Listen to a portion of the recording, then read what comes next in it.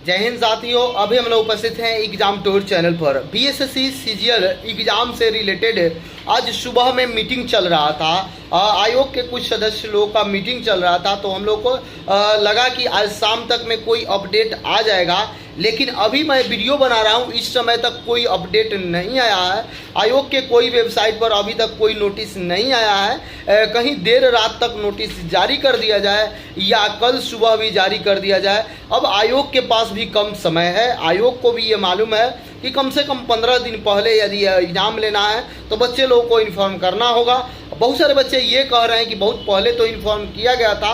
उन सभी विद्यार्थी को मैं बता दूं कि पहले इन्फॉर्म किया गया था, ये अच्छी बात है, लेकिन आपको 15 दिन 20 दिन पहले यदि मालूम चलता है कि अमुक तारीख से एडमिट कार्ड जारी होगा, तो आप भी तैयार रहते हैं। जो बाहर के बच्चे हैं वो भी अपना कहाँ एग्ज़ाम सेंटर पड़ा, क्या पड़ा, उनको मालूम रहता है, तो वो अपना रिजर्वेशन वगैरह कराते हैं। तो वैसे विद्यार्थी को सोचना चाहिए।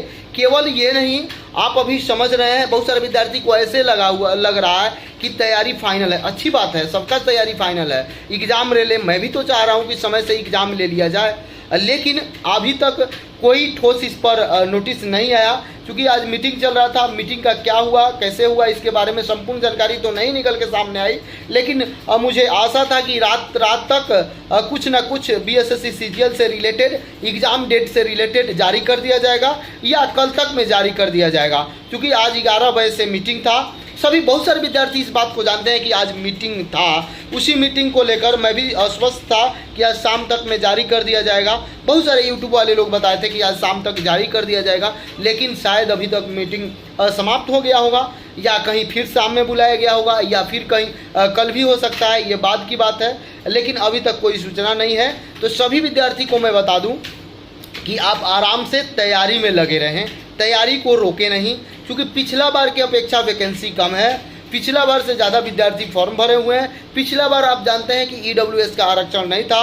पिछले बार आप जानते हैं कि इसमें बीएसएससी में महिला लोग का जो आरक्षण है क्षैतिज, वह तरीका से नहीं था। तो सभी को ध्यान में देते हुए आप इस बात को समझे। पहले जो संसाधन था, इस बार और संसाधन बढ़ गया है। संसाधन कहने का अर्थ हुआ कि तैयारी करने का स्रोत, तैयारी करने का माध्यम, तैयारी का या स्टडी मटेरियल, सब कुछ सभी विद्यार्थी के पास उपलब्ध हो जा रहा है।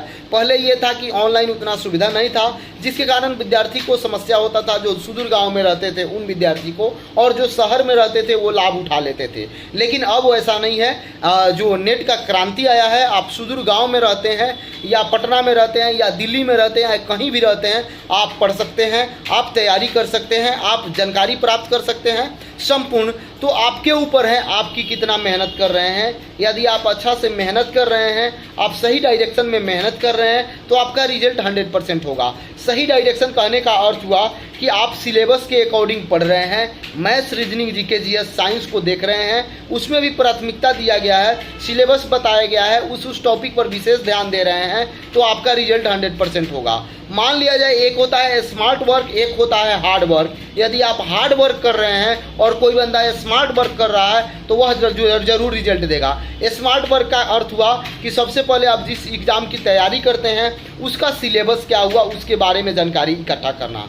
दूसरा बात ये हुआ कि उसमें आपका वीक पर्सन क्या है, उसमें आपका सबसे मजबूत पर्सन क्या है। उसके बाद उसमें देखा जाता है किसमें एक्यूरेसी कर सकते हैं, किसमें मैक्सिमम स्कोर आप कर सकते हैं। इन सब चीज़ों को डिसाइड करके यदि आप तैयारी करते हैं तो आप रिजल्ट बहुत कम समय में प्राप्त करते हैं। तो ये एक बात बता दें कि आप यदि किसी भी माध्यम से सूचना प्राप्त करते हैं तो अच्छी बात है।